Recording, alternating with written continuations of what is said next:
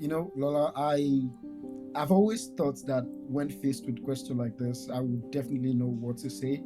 But now that the question has come, I'm actually having goose pimples and I'm probably almost teary-eyed because um it's yeah, I'm actually super teary-eyed right now, and this is because it's a pain that I had like embodied that I didn't know that I had embodied until I started to think about it. I remember him very well. And I'm sure that I mentioned him in the book. It was one of the strongest memory. I think I was 6 or 7 years old when Taofiq was actually killed. And when they found his body, they found his book. Was why of course, they found his school uniform, but that's not enough proof. And then they found his book and his bag, like about 10, 11 feet away from the scene where they found his body. We were in love with the same girl in class. And, now it felt like I actually won. Yeah. Being an artist can be a heck of a ride, but you're not alone. On Journey of the Art, we tell inspiring stories of artists and chat with those who support us on this path. I'm your host, Lola Opatayo, writer, editor, singer, and all-round lover of words. Come with me on the journey. Hi there, and welcome once again to Journey of the Art. Today I'm joined by Adedayo Agarau, and we're going to discuss his poetry collection, The Years of Blood. Adedayo Agarau is the author of The Years of Blood, winner of the Poetic Justice Institute Editor's Prize for BIPOC Writers. He's a Wallace Stegner Fellow 25, a Cave Canem Fellow, and a 2024 Ruth Lilly-Rosenberg Fellowship finalist. He's the editor-in-chief of Agbowó magazine, a journal of African literature and art, and a poetry reviews editor for the Rumpus. He's the author of the chapbooks Origin of Name and The Arrival of Rain. Welcome, Adedayo. Thank you for having me, Lola. How you You're doing? welcome. I'm tired. I'm very tired. Long day, but I'm fine. And I'm happy that you're here. Yeah, thank you for having me again. How about you? How are you doing? I'm actually also very tired. I just got off work and but I'm excited to be talking to you about my book because it's literally what keeps me up at night Yeah. right now. Yeah, I Yeah. can imagine. Can imagine. And I mean, I also understand that divide between being well, I'm guessing it's a 9 to 5, being the 9 to 5er, and then also being an artist. So I guess the artist part is what keeps you alive. The 9 to 5 pays your bills. You're grateful for that, but then you live your highest potential when you're doing your art. Yeah, I am glad that somebody actually does understand that Yeah. there's this demand that capitalism places Oh, yeah. on the body and the mind that just kinds of pulls you out of that creator space. Right. But I'm trying to figure this out. Right. So Right. Like, I'm right there with you. A lot of the time, I'm asking myself, like, why am I even doing this? I should just be right. happy with my 9 to 5 and not stressing myself out. So I totally get that. Anyway, before we get into our conversation today, as always, here's a reminder that you can find Journey of the Art wherever you get your podcasts. So please follow the show and leave a comment. This really helps to boost our visibility so more folks like you can discover and join the community. Also, I'd love to connect with you on Instagram, so please follow the show at Journey of the Art Pod. All right, Adedayo, I always like to start with the artist's journey because I think beginnings are so important. However, today I'm going to take a spin on this question and ask you this. If there was something about your journey as an artist that you'd like to share with our listeners, what would it be?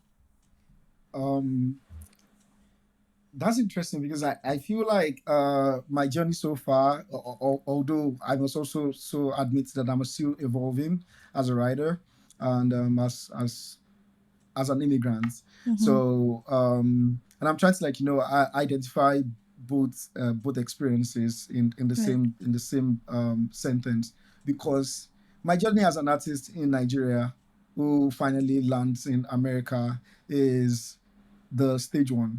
Right. And then now I'm like beginning to figure out being a writer in America. But I must also say that it probably would not have been anything. I probably would not be here, or probably would not even be a poet if I didn't have friends, mentors, people who just thought, yeah, you should write. Right. Therefore, yes, you must write. Yeah. And I feel like I've actually talked about this so much because it's very important that like we keep talking about this thing so that people would actually see what other people have like put on the ground, Right. what kind of cane people have sort of like laid their back for, just so people like me, writers like me, can actually sort of like um begin, write, evolve, and be in the space and open doors for other people or hold the Right. door for other people. So I started writing in Ibadan. I remember finding um I found a community on Facebook, but before that, the first writing community I ever found was on To Go. I'm sure you would know To Go. Yeah. Yeah, you would I'm just imagine that. surprised that you found a Yeah, community there. yeah. So you would imagine that you actually sort of like would go to go to probably just chat with your secondary school Yeah. mates, and then one way or the other, you're just you just find yourself looking around all of those small groups that are usually like those rooms, and you just find this, Shakespearean room, and I'm usually very curious. Although as at then, I used to like have this jotter because my dad is a printer, so I'm able to like make my jotter myself. Mhm. Was a printer rather. I was able to like make my printer my jotter myself. So I used to like scribble. That's what I called it. I'm just writing stuff. Right. No title, no nothing. So I found this room, and they were all speaking, like they were all chatting in Victorian English, and I was like, oh my god, like I hated it, but I didn't leave. I Mm. was like, this is Wait, what so, made you stay? I don't know. So, and then because I had like continued to like stay there, Right. I found this guy that whose writing was just very different. They weren't even writing poetry; they were just having conversations Wow. in In Shakespearean Victorian English, English? yeah, That's so Victorian English. weird. It was so weird. So Wait, were these I think Nigerians? Just out of curiosity, were these Nigerians? yes, Nigerians. Okay, even So weirder, but let's yeah, keep going. so but I would imagine that it was also like that idea of poetry that was, I mean, possibly, I think it's also the influence of the Western influence on the idea of poetry in Africa. Mm. How you probably, the hallmark of being a poet is if you can actually write something that sounds striking and almost like Shakespeare, Right. something that actually reads in all of the beats. But I found this guy called Razak Malik Bolao. He also has a book coming out soon, I think next year. He was just very different. He was the one who started to like use. I think he was friends with a guy named Madu Chisom Okafor. The two of them actually would actually just be chatting really differently, like using the word night, using names like Aduke, and I was like, oh my god, this is my vibe. So so I chatted him up, and then he was like, yeah, you should Google my name. Yeah, you should actually even add me on Facebook. And then I Googled his freaking name, and I found that he's published. And I was like, my God. Yeah, the story is actually funnier when I'm telling it rather than writing it, because I cannot exactly sort of like, begin to break it down when I'm Hmm. writing. But I remember finding him on Facebook, and it was so popular. It would have about like 20, 30 likes. And I'm like, what? Wow. For poetry? And yeah.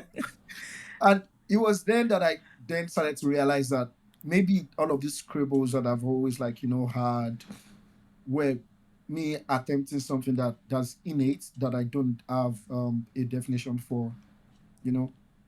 And I am grateful that I found Razak and Madu Chisom Okafor, but it didn't end there. So through when I moved to Facebook and I started following him, I was introduced to this community called World Rhymes and Rhythm.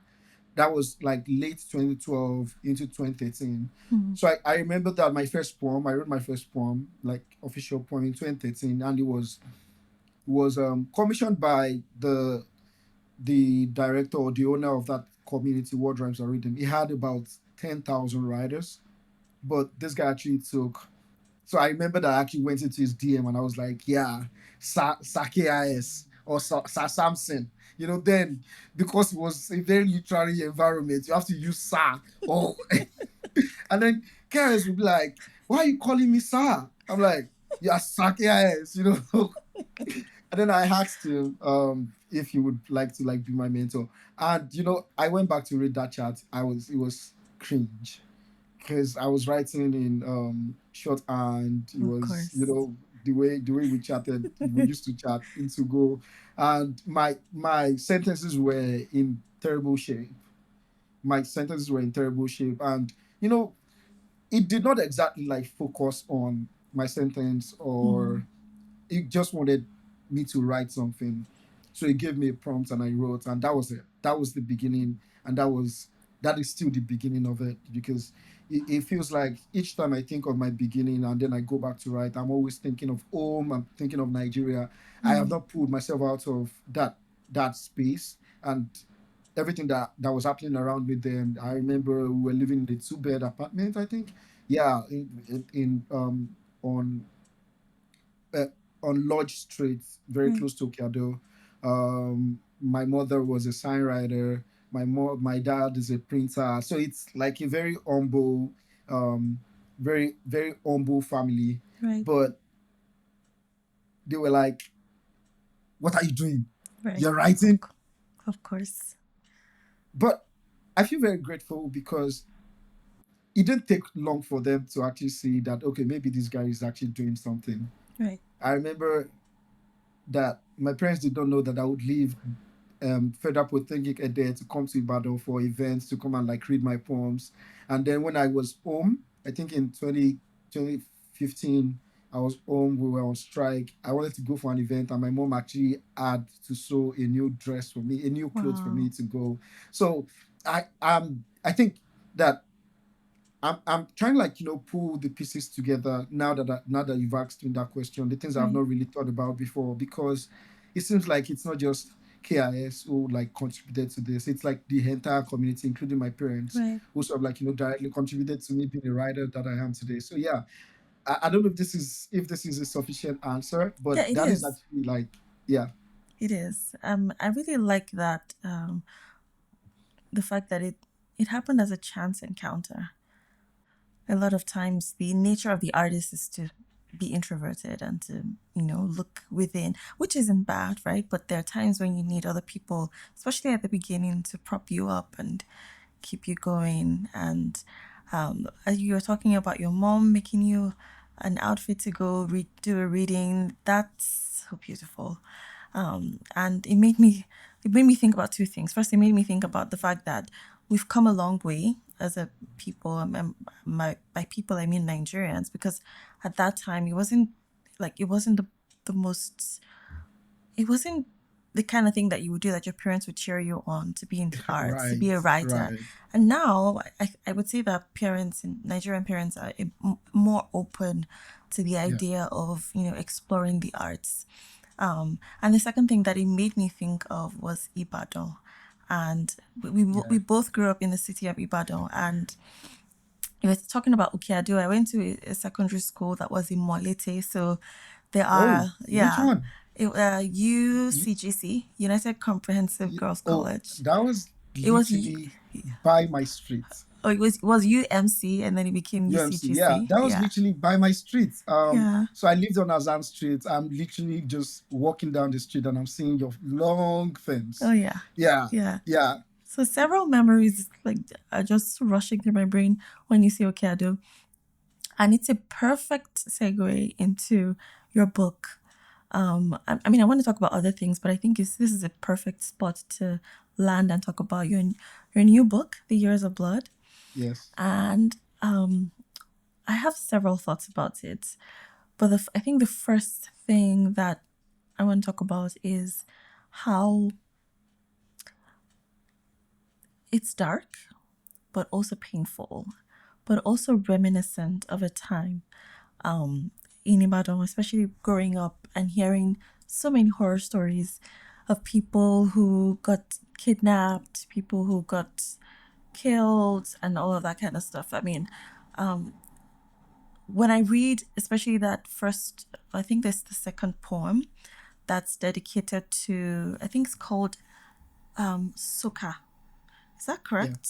Yes. yeah, And it references this a true life story actually of a dungeon that was found in an Ibadan forest in 2014. It's a very gruesome and disturbing story of people who were just taken and kept for years for whatever reason. But there's such a preoccupation that I find in your work on the not just the consequences of families being ripped apart, due to this type of situation, but the fact that this can just happen. There's no justice. There's no, it just happened, And so I wanted to ask you about that. If you want to share about that, what made you dwell on this particular story? And also there's a broader idea of, children being eaten, right? So yeah. trigger warning for for those who need a trigger warning, but these are some very heavy topics that you take on in this collection. Yeah. Lola, I've always thought that when faced with question like this, I would definitely know what to say. But now that the question has come, I'm actually having goose pimples and I'm probably almost teary eyed because um it's yeah I'm actually super teary eyed right now, and this is because it's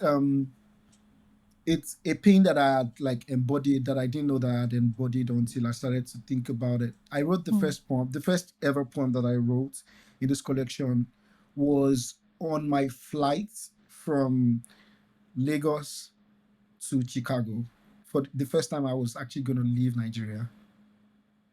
And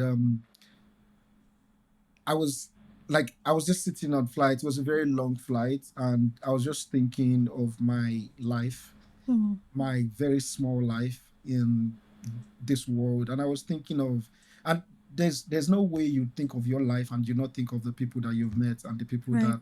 that you remember and the things that you remember and the things that you're trying to remember. The body actually always knows that there's a gap in memory somewhere, and then Yes. it tries so hard to actually help you feel it. And that's where poetry comes. It just, when you're writing something and you're sort of like veering into the unknown, it seems like your body's actually sort of like signaling. And I, until 2021, that I was leaving Nigeria, I didn't know that I was ready to actually think about this. But the first time I actually thought about this was on my flight to start my MFA program at the Iowa Writers Workshop. Mm. And I had a very preconceived idea of the book that I want to like work on as my thesis.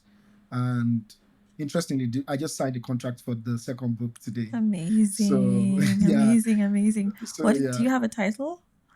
I have a working title. It's called "The Morning the Birds Died." And is Um, it poetry? yes, it's poetry. Yes. Oh, So amazing. Congrats. yeah, thank you. But I, when I started my program, I realized that I was ready to talk about this because it Mm. seemed like I can actually face the memory, the harrowing memory, the forced disappearance, or that idea of forced disappearance away from home. Because there's a way that you begin to think about this when you're living in Ibadan, Right. and then you realize that that memory actually just cripples you in a way that you're not able to function, or it just literally snowballs into something that's actually like probably heavier. And Right. now I live in a country where I can actually deal with my own anxiety. I can actually sort of like seek help. And so I must also confess that I have a fear of small space, and it's a trauma that I've actually sort of like embodied. Although I lived in small spaces in Nigeria, but that did not exactly materialize until I moved here. And I'm trying to lay all of this down to show how and why I decided to actually sit down and write about this, and imagine this trauma from somebody who actually had just like 1% of the experience.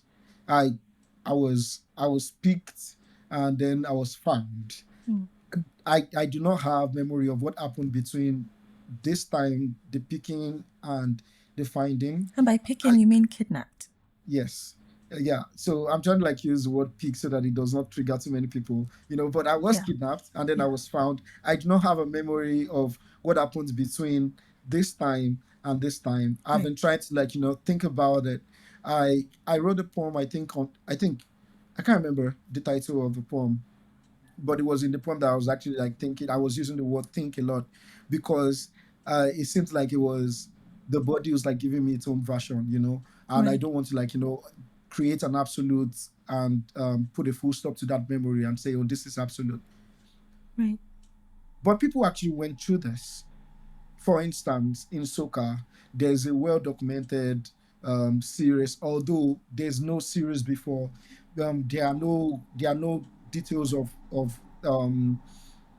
arrest or trials, and this is actually like is what points to the idea that this is actually politicized in a way, that there's a function, there's a black market somewhere where people of high profiles are actually the ones who are like dealing in this, because who sells human body parts to a poor person?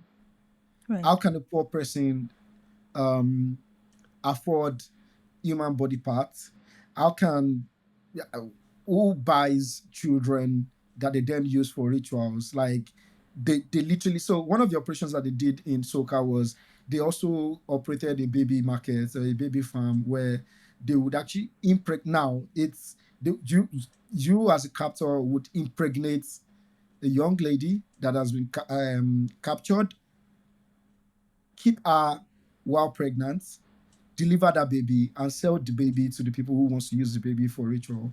So and these are things that you would actually get while you're researching and realizing that even the aura is as it's not something that poems can actually just capture. We can actually only scratch the surface. And so I think that because of the fact that nobody's actually talking about this, nobody's writing about it. Every single day we're on Twitter, on X, and we're seeing, oh, lost picture, please help us find. And in fact, the new trend away from ritual killing is kidnapping as business. There's an exchange of the body and the money. You're picking somebody up in Lagos and you're calling them from Damaturu that, oh, this person, we've kidnapped him, is in Damaturu. You need to pay a sum of 20 million naira to get them back. And there has been no state of emergency on these kidnaps. There has been no state of emergency on ritual killing. I think it was in the House of Rep that one of our representatives, I think it's from the East, actually tried to push a motion that actually seeks for a state of emergency on kidnapping and ritual killing. And what do? They shut it down. Of course. Now, this is actually like to show that this is actually deeply politicized. And according to a study that I read, it says that these issues actually ramp up in the year before election, the year after election, and during festive periods. And what does that signal? People who want to go home to their villages and need to actually prove something. People who need money to actually run campaign. People who also people who also need power to run campaign, because it's not just ritual for money, it's also ritual for power. And I do believe that these things work, because it's very typical of African families, especially Nigerian families, to actually sort of have a multi-religion system where some part of your family is actually doing this religion, some part of your family is doing this religion, and my grandfather was a traditional doctor, although he was an allergy too. You see that duality. I am currently practicing Christianity, and my parents actually had an upbringing where a version of that was they were Muslims. You Right. see how I kind of like then can pull inside from here, pull inside from here, pull inside from here, and able to like draw my conclusions. Right. And it's easy to dissuade this kind of things in the West, in America, as speculative. Right. I was actually going to land on that Yeah, and say, to our non-Nigerian audience or non-African audience who might be listening, the very idea that someone can be kidnapped and used for ritual purposes to make money or to gain power sounds very far-fetched, very, like you said, speculative. But these are the realities that we grew up with, yeah, right? I mean, I remember growing up and being told, don't take any sweets or snacks from anyone, because if you find something lying on the floor and you pick it up, you might turn into a tuber of yam. So yeah, yeah, so yeah, these are the ideas that you grew up with. And this conversation reminds me of a conversation that I had with A.K. Herman, who is a Caribbean fiction writer who wrote stories like this. But I think what I was really going to get at, beyond, how implausible this whole idea feels, is the fact that it can just happen in 2025 or 2014 or whenever. But not just that it can just happen, but the fact that these systems are still relied on. right. Like, aren't there other ways to gain power? Do you really have to murder someone and do some sort of spiritual gymnastics to get that power? So it's, I think the bigger question for me is, are we still at this point? So what's it going to take to move us from a place of, you know, hurting our fellow human to make money and gain power? What's it going to take to move us from that place to a place where we are doing things that are more pragmatic, and Yeah, building actual systems to develop, the society? So, but I do appreciate you writing about it. It's heavy, it's dark, and it reminded me, it like really transported me back, to when I was a kid. And I love the fact that you write this collection, some of it from the point of view of a child. Well, at least that's what it came across to me. yeah, And it's amazing to think about what the children now are thinking about. yeah, This is in the point of view of an adult who is probably busy living their life, or they've moved on, but a child who is looking at their contemporaries getting taken and not knowing if he will ever see them again. yeah. So much to unpack there. But I want to move us. I want to move us to. There's a poem in the collection that talks about anxiety, and I think you touched on it briefly about, the speaker is having challenges expressing, or maybe it's not expressing, but explaining the fact that they're anxious. It's Yeah, difficult for them to explain it to people, and there's a sense of, you are you're no longer in Nigeria, so you can't explain your anxiety to people who are in your new environment. But at the same time, you can't explain your anxiety to the people who are back home, because yeah, you're living this dual world, right?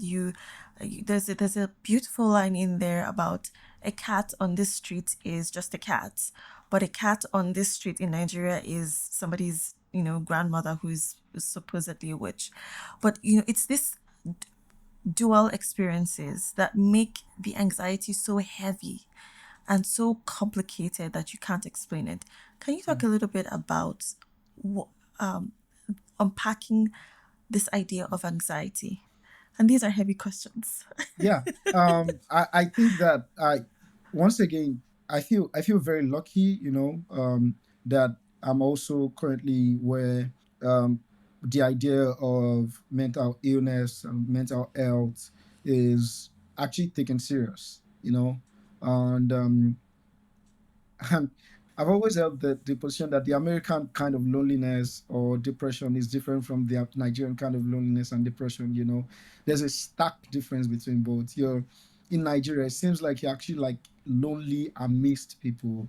Like it's chronic if you ever find yourself feeling depressed in Nigeria. It's a chronic one. But in America, it because of how the system and the communities work, it's you just I think it's kind of like something that you would naturally almost naturally find yourself a place you naturally find yourself, because everything is it's not a family centered, community centered kind of environment or society. So I'm grateful that I am able to write about this and not care how people are going to look at me. Mm-hmm. I and if you lived in Iowa, you you will sit down and your depression will sit down with you like this, and you Mm. people will like be having a really nice, deep, traumatic conversation where you are then able to unpack things like this, and then you're thinking about the stark difference between depression in Nigeria and depression in Right. America. I remember that it was a couple of months after I arrived, and then it had started to snow. It was my first snow experience, but imagine finding solace walking long miles in the snow, because Wow. the only the only thing you could use to actually feel better and less fidgety and less anxious and less depressed is to actually sort of like put your body in that harsh condition of walking long miles. The cold. I was telling my friends, oh, the cold is very what's the word? I've forgotten the word now, but it gives me a sense of calm. You know, Therapeutic. Therapeutic is what I was going to say that, and then I thought it was wrong. So yeah, the code is very therapeutic, is what I told my friends. But I knew that it's actually more than that. It was me Right. trying to like subject my body into a sense of command. Like if you're gonna walk, if you're gonna like not stop shaking. Maybe we should take a walk. Maybe we should actually walk the morning um, after it has snowed and it's like crazy, crazy cold. And Right. by the time I'm getting back home, I'm like exhausted and I'm able to sleep. So, but then after that, I realized that, oh yes, I need to seek help. But Mm. on the flip side, I know I grew up in a church. Children who had depression were tend to have evil spirit. Right. Children who actually behaved quite strangely, which should actually prompt parents to inquire into why this child is actually like a strange child, like in that sense, um were brought to church for deliverance. Yeah. you know um I remember the first time I told my mom that I was depressed. It was in 2017. I was in my first year of my HND at the Rufus Polytechnic, and it was I do not know why I told my mom that I was depressed. That and then she automatically, because then she had like come to the US. She was living in the US with my father and my sisters then, and I felt like she probably do not understand Right. entirely, but she got a sense of that. Like she was able to like, and then she called my friend Koshimani that, oh please, you should help me go stay with him. So my mom translated I am depressed to I wanted to commit suicide. Right. You see, Right. so that's the scale with which people who are culturally Nigerian, whether they've moved out of the country or not, are still sort of like culturally Nigerian, would think about that. The idea of mental illness, it's either they downplay it or they blow it out of proportion, Right. in that sense. So I it's and then there's a way language actually offers comfort for you. Just being able to express something to people who might actually get what you're trying to do Right. is a sense of comfort.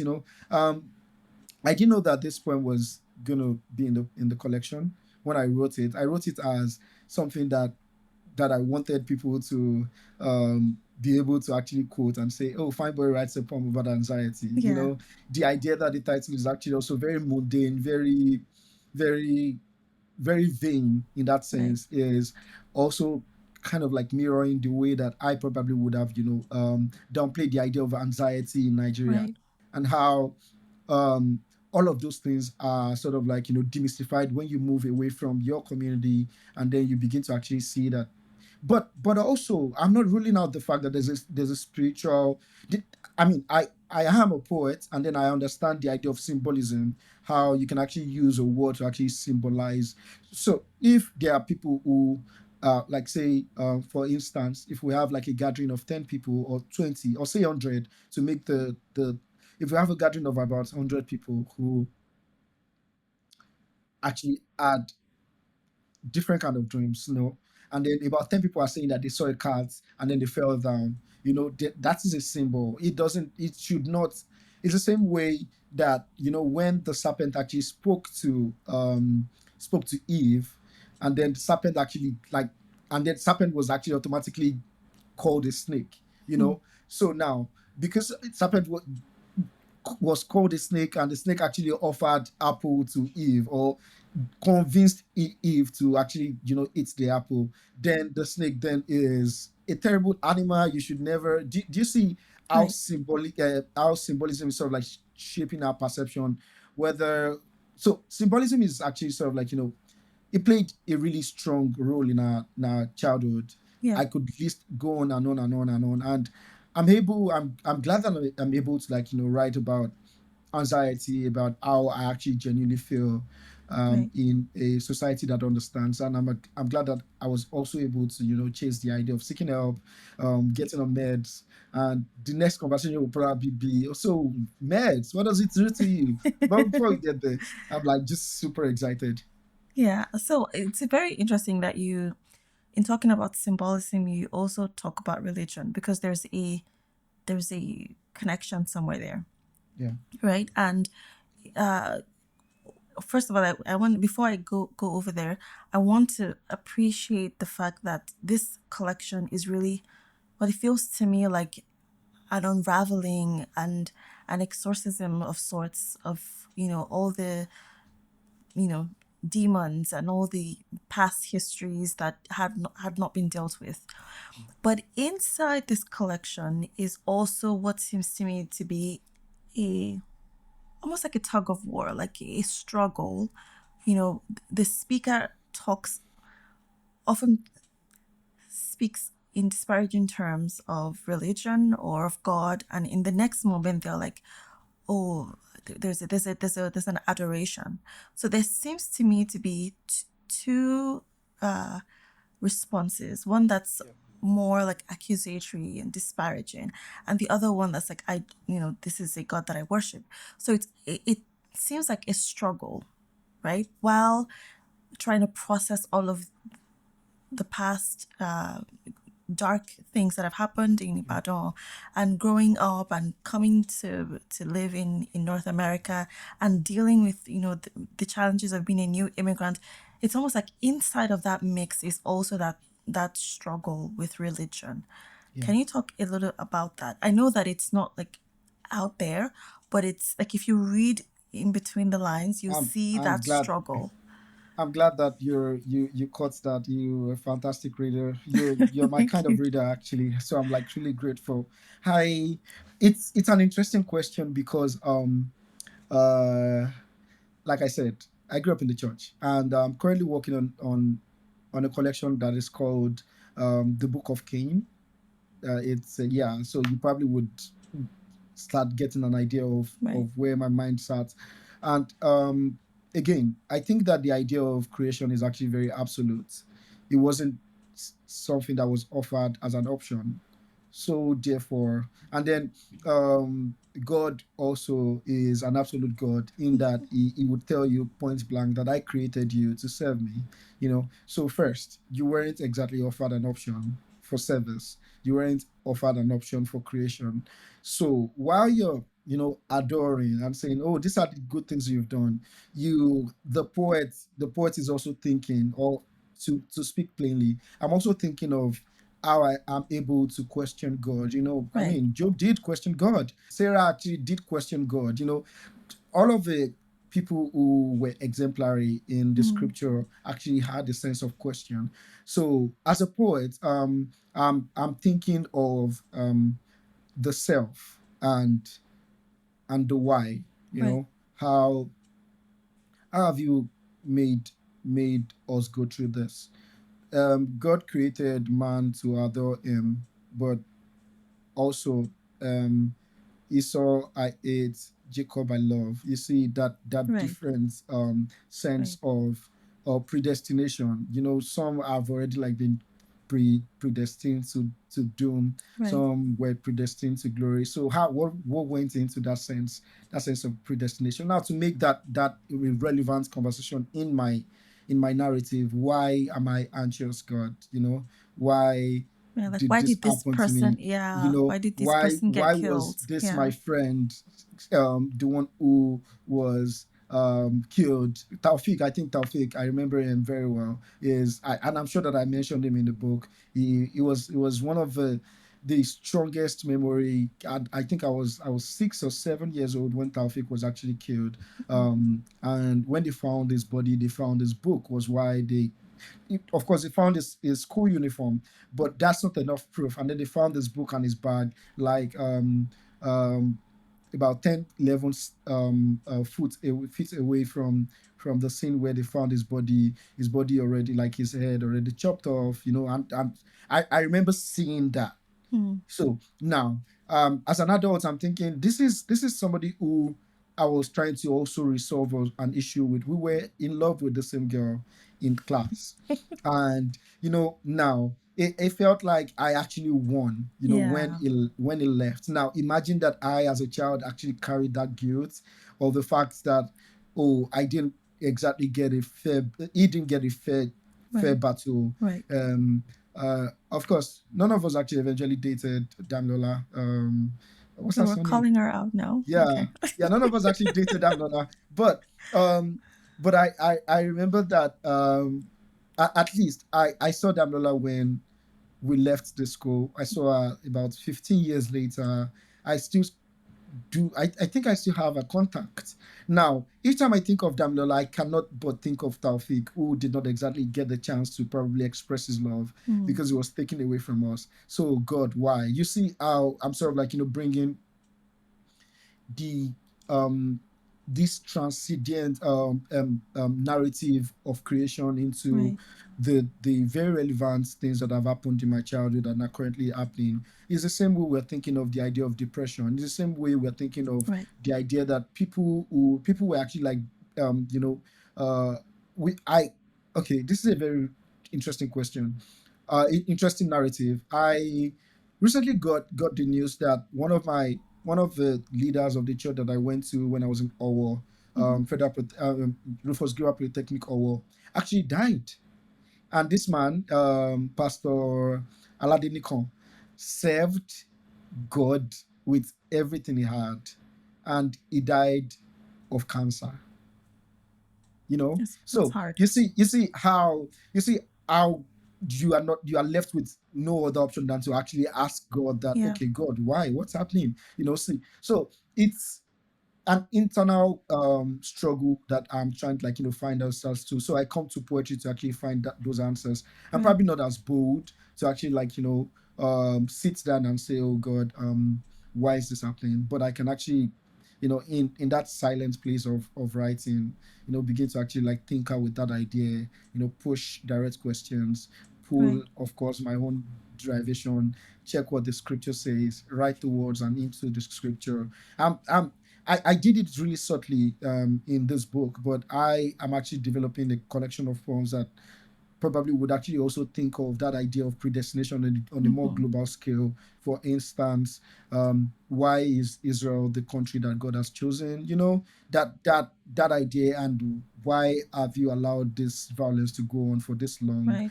Although you had already, like, stepped on that, like, tried to curb that violence after the Old Testament. You see how the idea of predestination is sort of like also very evident in our world today. So yeah, I don't know if I answered your No, question, you but did, you did, and I really do appreciate the honesty, which is why I wanted to ask about it, and which is why I yeah. also prefaced at the beginning of our conversation that if you, I know that these are heavy questions, so I Oh hope yeah, that I'm glad nothing that. is uncomfortable for you. But I love the honesty in your work.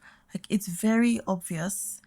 It is heavy, but I think it's because there were no holds barred. Like you went there, you went everywhere to find the answers to some of these questions that you have or had.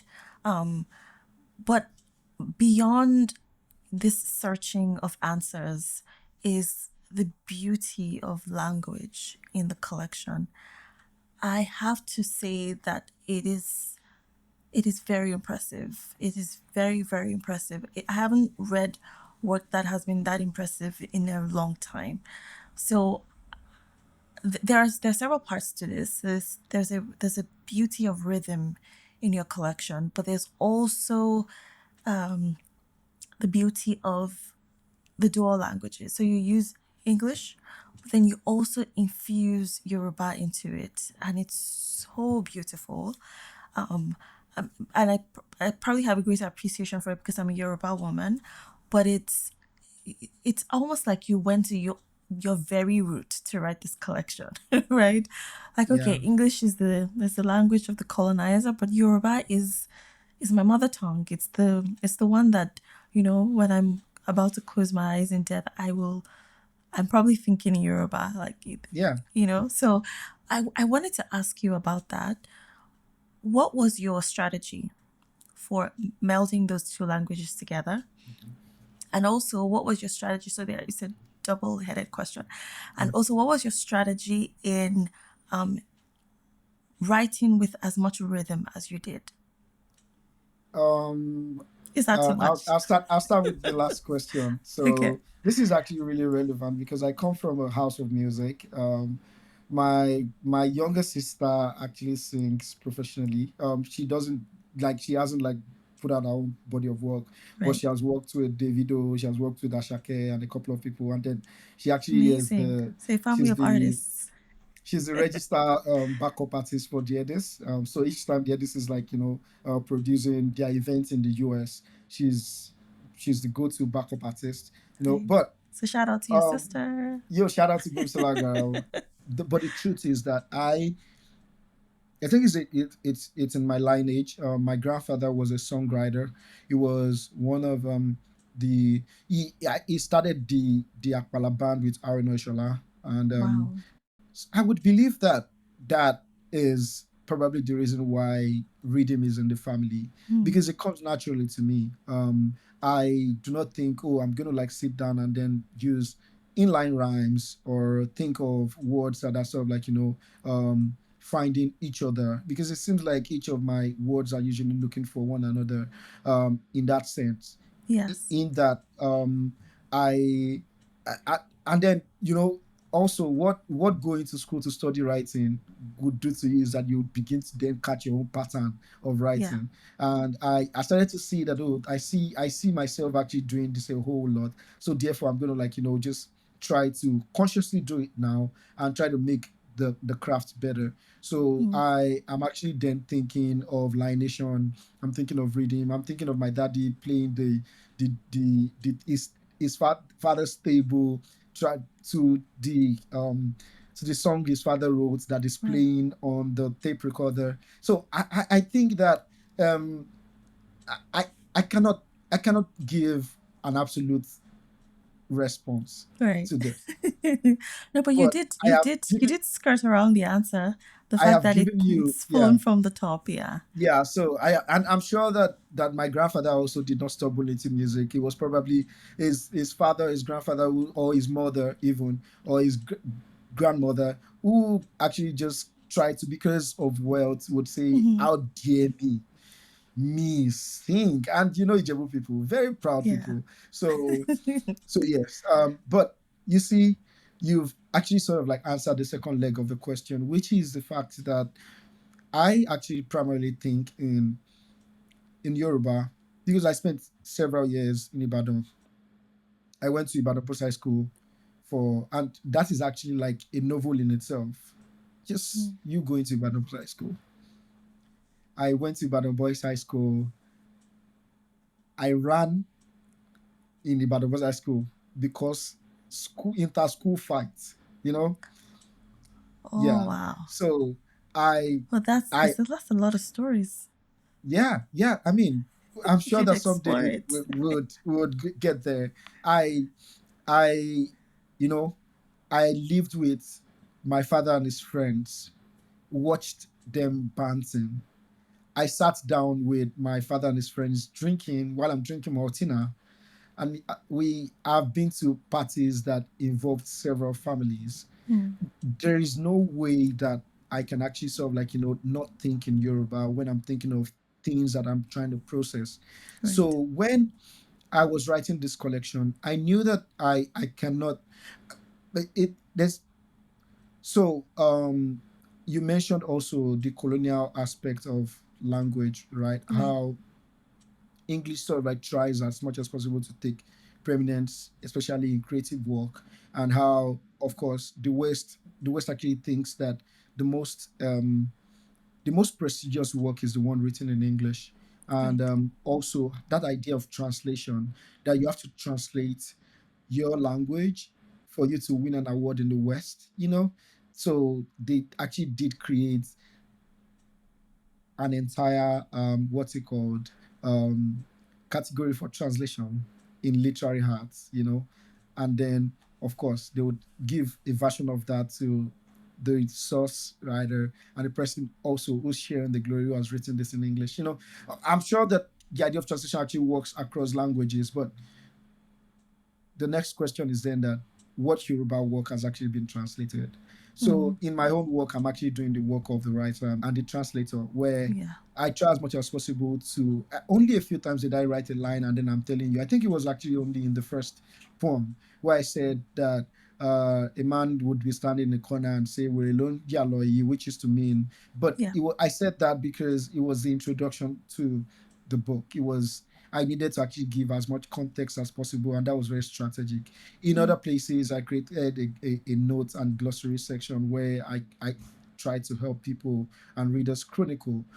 But that was me trying not to, in the time that the Yoruba word is the most efficient, where English actually fails very often, especially if you're like trying to like, um, chant panegyrics of your grandfather Yeah. or your grandmother in that Yeah. poem is English will chanting not my do. own, my own panegyrics.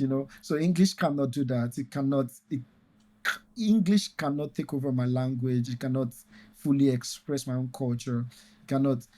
If I was thinking today about the idea of oral tradition and how, we probably would not have this thing called Oriki if English if English was the only language we spoke. Now, imagine, I don't know if you watched Ogogo when you were young, actually do chanting and panegyrics in old movies. I'm sure you would know of Ibrahim Chatta today, Yes. I but don't. I mean, the people that I knew doing that. yeah. Okoko was not one of those people. Oh yeah, It good. was. So good. It's a very good one. Now you have to like go research. Yeah. So I do have to go there's and Ewe research. Ewe something. This man, I think he's dead now. Ewe, you know the man, that this I black know the man one you're who's talking like, about, but I'm afraid yeah, to say the wrong thing. yeah, it's So, Ewe J or Ewe something. I can't really remember the name now. And then there's Peter in recent time, Fatomilola. Peter There's Fatomilola. So um Fade Yoloro. Those are the Fadi people that Yolo, I those knew. those were, those were Peter Fatablola and Fadi Yolo are actually even in a very different category because they were playing roles of herbalist, but put Ogogo in a role where you're asking him to chant for the king, where you Right. actually wake the king with praises, and he would do that so sonorously. And you know, the beauty of that is something that English cannot offer. Yeah. Even when you try to sing poetry in English, it doesn't give you the same experience as the idea of actually, you know, sitting down and just thinking that. And Yoruba is such a poetic language, It you know. is. Yeah, Yes. I'm glad that we're able to, bounce off each other and just exchange smiles because we're thinking It of how is. beautiful Yoruba is. Yes. It is a And language of poetry. yeah, it's Yeah. a very poetic language. Yeah. And at such moments, I am introducing the world to my language. Right. Is why I am eventually there's a writer that I actually really respect right now. He's young. I had teachers, Auntie Ashake. She taught me at Scotts College Badon, and she wrote a book. I can't remember the title of the book, but it was written in Yoruba. And then I Mm-hmm. remember reading Egunalare and several other stories that were written in Yoruba. But today we're losing that a couple of people. I think my favorite Yoruba writer right now is one of the people that I worked with on this collection that helped me proofread my Yoruba. His name is Yusuf Gemini Aremo. He's such a fantastic young lad. He's so fantastic. He's so good. And then he has a novel right now written in Yoruba, and he's so young. You Beautiful. know, so I am sure that eventually, if writers of I'm sure there are people, there are writers also in MFA programs in the US right now who are also thinking. Um, I think it's Chinua. Chinua is writing a book called The Naming, and the book is coming out this year. And the book is actually also thinking of the idea of naming in Igbo land. So I would Right. suspect that such a book would actually also have Igbo as a language in itself, as a concept, and also it would also try to push that idea forward. So it's a very political thing for me to Hmm. actually as a poet, I'm actually inserting this presence of language, of my language, in the book that I know that is going to be in the hands of somebody who doesn't speak it. So it's also a research piece. Right. Yeah. Right. Amazing. Well, thank you. Thank you so Yeah. much for coming on the show, and for writing a fantastic book. It's. I mean, anyone who gets it, and the minute you open it, you'll see that this is well written. This is deep stuff. So thank you very much for writing, Well, I was so excited to come here. Thank you so for much. coming to chat with me. Yeah, Thank I, you. I don't think that I would I don't think I can have I'm sure that I'm going to have a couple of interviews, but I'm sure that most of them would actually be on a craft level.